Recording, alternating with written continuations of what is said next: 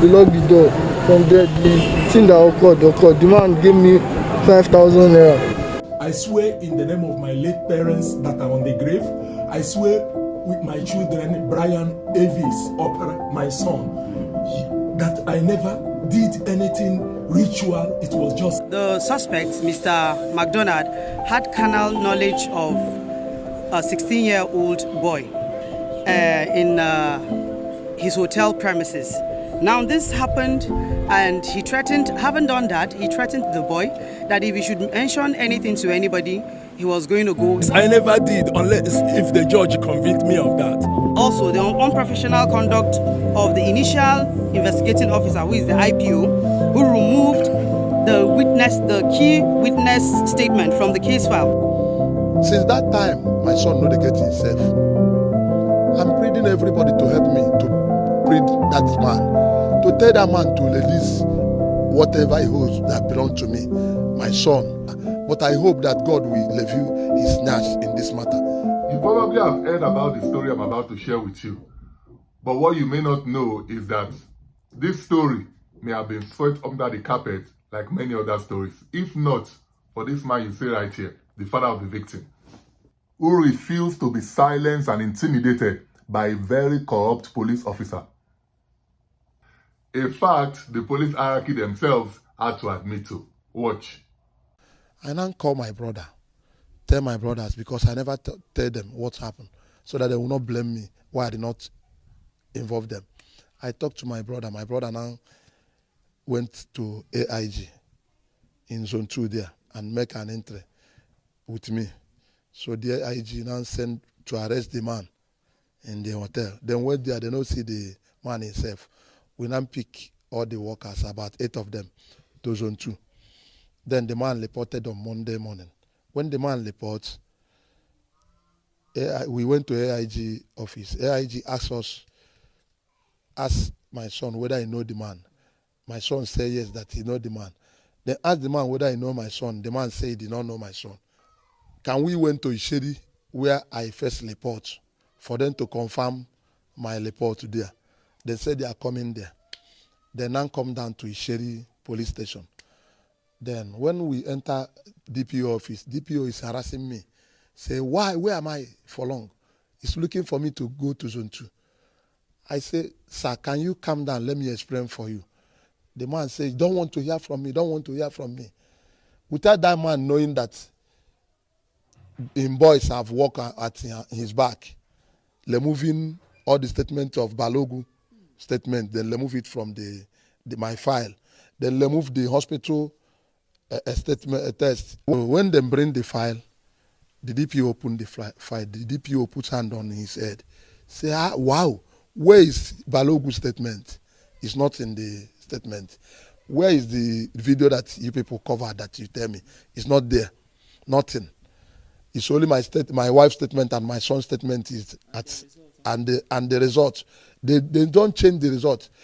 So when the DPO shock, and I call on the IPO, tell and say, oh yeah, go and bring all those things. Why did you remove it from the file? DPO say, these people don't kill me. Oh. And I call the woman of in charge of the human rights in that police custody. Is the woman and is the one that done this thing. That woman that is in human rights custody is the one that done this matter. Isheri Oshuhia police station. So the DPO is not aware that then remove that thing. When the man notice now they don't come out that thing, the man begin to plead me. They tell me that he's sorry. And that woman that is in charge of a human right that caused all this incident that is happening now. The woman collected their money and sell my statement and my test to get because of money. Investigation uncovered also the unprofessional conduct of the initial investigating officer, who is the IPO, who removed the key witness statement from the case file before transferring it to the Zone 2 Police Command. Truth is, without his brother's connection, your guess is as good as mine what could have become of this case. I mean, let's face it, You just have to fear Nigerian police. Give me money. Sir? Money.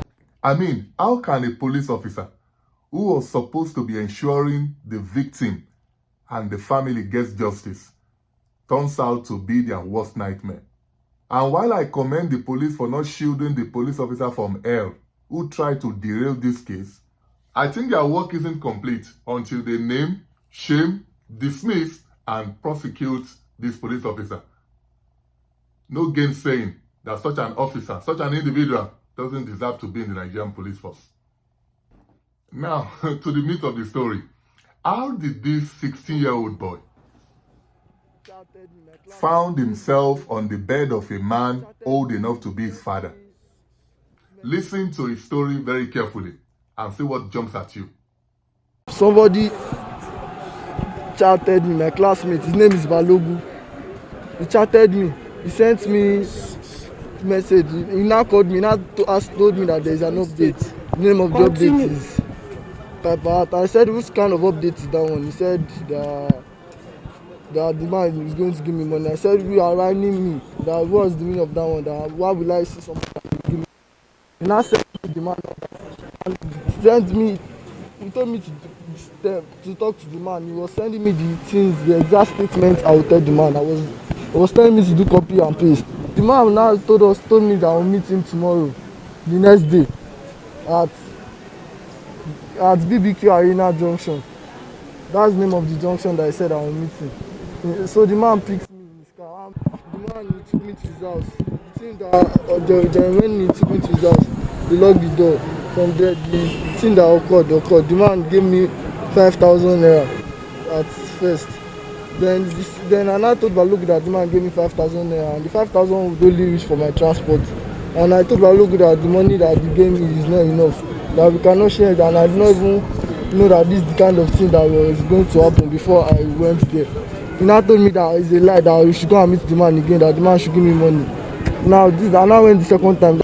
So we must learn a lesson. To get ahead of myself, because again, there is so much that I do not know in this story. But listening to this boy speak, two things got me thinking. The first of which is that this boy doesn't look to me like someone who is in good company. From the account he himself just narrated, he looks like one of those teenagers looking for easy way out to make money. From my perspective, no responsible 16-year-old goes about looking for updates. And the fact that his friend identified him as someone who could be a good fit for what this man was looking for speaks volumes about the kind of teenager he is.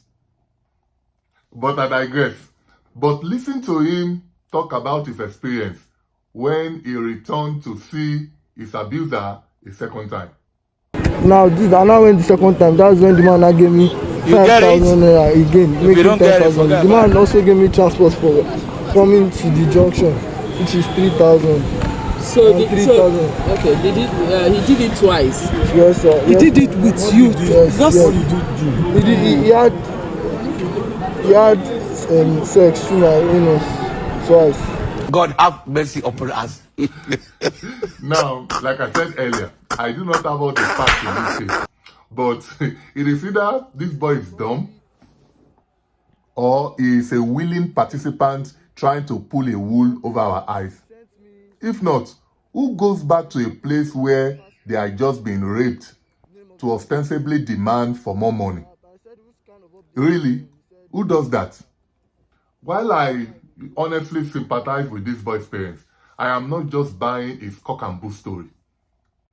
Now, if you thought like me that this boy's account of what happened is absurd, wait until you hear the defense of the man who allegedly abused him.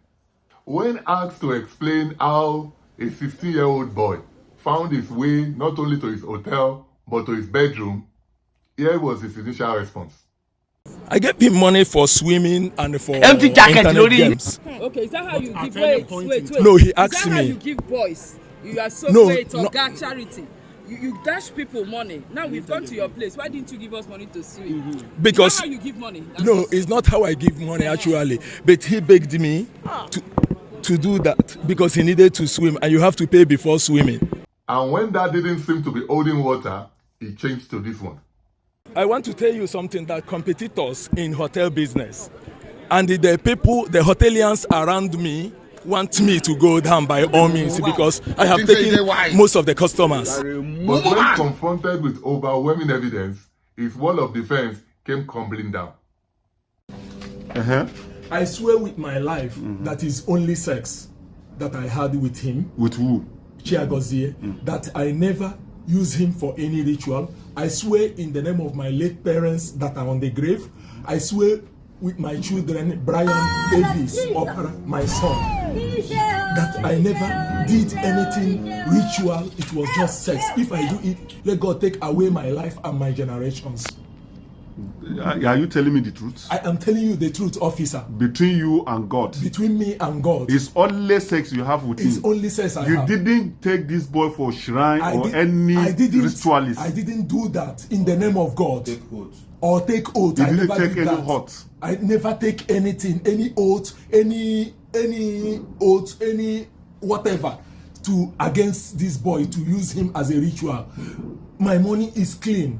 I worked in Belgium. It's only sex you have with this boy. Only sex. I swear with my life. How many times? Twice. That is just it. You That didn't is take just... this boy picture or anything to anywhere. I didn't do that. Officer, I swear with my life, I will still put it on statement. Are you saying this under duress, or you are making I'm making a sincere confession that I didn't use anybody for any ritual in this life, and that we never do it. I never went to a native doctor since I'm born, and that we never go to a native doctor till the end of my life. So it's only sex you have with this boy? It's only sex. That's making, no, you don't take him or his picture? I didn't do anything. I didn't take the picture. I didn't do anything.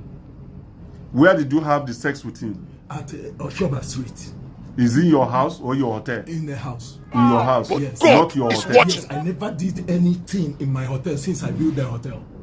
No, it's in the house now. It's not in the hotel. You know now. He told you during his explanation. He explained how the house was now. He was there when he was talking to... The sex you have through anus, what did you use? Did you use condom or is raw? Condom. World can be something else. How many times? Twice. It is smoky book. Now, the victim's father is understandably demanding for justice as well as an appeal to you watching me right now. Watch. Since that time, my son know they get himself. I'm pleading everybody to help me to plead that man, to tell that man to release whatever he holds that belongs to me, my son. But I hope that God will review his snatch in this matter. But is this case really centered around money rituals? I don't have all the answers, but I will say this. While I sympathize with this boy's parents, since that time, my son I think more than anything else, they need to first be thankful to God that their son is alive and well enough to share his story, which is something that the victim's father had initially acknowledged. Watch. When prayer is going on, my son gets himself under 2 days. He got himself. I now take him to the station. He make a statement by himself. So quite honestly, I'm a little taken aback to hear him say the boy is no longer in good health. Was he at some point in good health but relapsed? Or is the father just wanting an assurance from the son's abuser that nothing diabolical had been done to his son, in which case I would understand where he's coming from. But right now, the whole thing seems confusing. But be that as it may, I do not think this is a case of money ritual. And I might be wrong, but guess who agrees with me? The victim's classmates. Watch. He tried to lure me into a gay relationship, and I told him I'm not interested. Then the recording of him confessing that he was a gay to me, because I used to go to his hotel to go and swim. So I recorded it. Then I recorded it, but I told him no. Okay, when I told him no, I did not do anything again after that. I called he told me when he was trying to tell me that he's a gay, I told him that I'm not interested. Then when he tried to lure me, he told me that my classmate was also involved in it. And I still told him no. Then the classmates he mentioned, I called our other classmates that same night to report the classmate that I mentioned, because he sent some proofs. He sent screenshot of him sending him money. So when I reported him to them, one said we should go to his house and confront him. Then we went to his house. He denied it. He said the money that the man sent to him was money for salary. That he's not doing anything with the man. Then when we went to him, then he went to the man to go and tell the man that why is he lying on his head. Again, I could be wrong in my reading of the situation, but for me, and I hate to say this, but this boy you see right here comes across as a teenager that has not been well brought up. Hence, the manifestation of what we now see.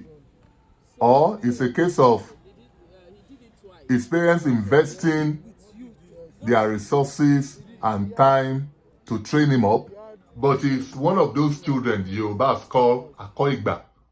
In other words, a delinquent child. So rather than making futile appeals like this, I think it's time for the victim's father Since that time, my son know they get to look inwards with a view of addressing any parenting gaps that might exist. And if their 16-year-old is still not feeling any better, as he has alleged, then it might be time for them to take him back to the prayer ground where this happened. When with prayer is going on, my son get himself under 2 days. He got himself. I now take him to the station. He make a statement by himself. Because right now, and without any proof that this man is involved in rituals, I swear with my life that he can only be prosecuted for sexually abusing a minor. Homosexuality, which is of course a crime in Nigeria, and other sundry crimes. Still, have you ever had any form of sexual? No, sodomy. Yes. It's the same thing. No. With the boy. No. yes, I never did, unless if the judge convinced me of that. mo ṣe bẹ́ẹ̀ ní làákàyè ni ọmọ ọpọlọ yín ti gbẹ ọpọlọ yín ti dúdú ẹ kọ́kọ́ là lásán ni kò tẹ̀ sí kan empty jacket lórí yín.